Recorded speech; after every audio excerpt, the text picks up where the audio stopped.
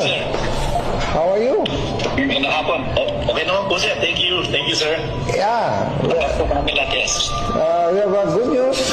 Kinuto ko sa iyo kanina, we just finished signing the bicameral conference with the senators and congressmen.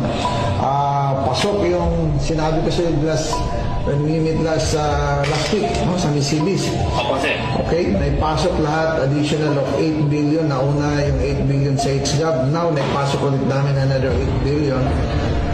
That's 16 billion. So, total yung buong 350 pesos na... Yeah. Can I take a video of you, sir? Sure. Yes, sir. I can show it to the staff, sir, as the personnel when I talk to them next on the 14th on the Saturday, sir. Thank you. No problem. Maganda yan malaman ng mga staff na we are taking care of instruction by our speakers, instruction by the president. Maganda yan na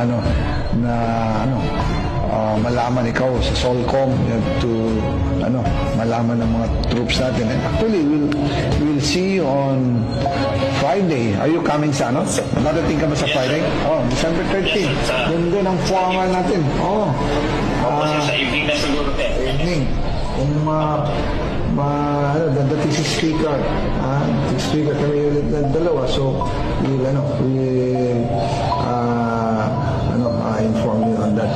So, hopefully, ma-approve na yun sa plenary for ratification yung pinirma ng BICAM. Sa Senate, they will also approve it also this afternoon. Para yung 7.5 na nare-receive ng CAPCO, magkakaroon sila more or less dagdag na 10,500. So, that's more than double of their salary. Yes, sir. So, please, okay, na-inform din namin kanina si Chief Browner, but I want to inform you mismo diretso kasi tayo nag-usap na sa Misibis and we announce it that we'll make sure na an additional of 8 billion on the BICAM will ensure, thank God na we're successful tayo na naipasok natin ito sa kasundaluhan. So please inform our soldiers na natuloy and then the President will approve the budget more or less December 20.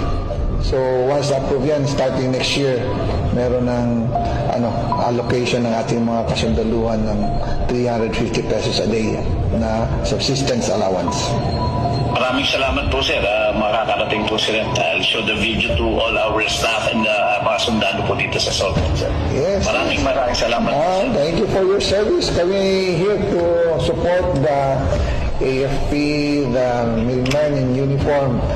So, yung mga black propaganda dyan na we are close with the left, hindi totoo yan, gawa-gawa nila yan para lang, alam mo na, yung mga budol-budol dyan. So, anyway, that's it. We are successful and thank God na tuloy ito. Yeah. Thank you po, sir. Thank you rin. So, do you have, can we request a short Christmas message sa ating mga tao, sir, sa mga personnel natin, ng mga tropa? Oh, yeah, sure. To all our soldiers in the ground, we have a Merry Christmas and a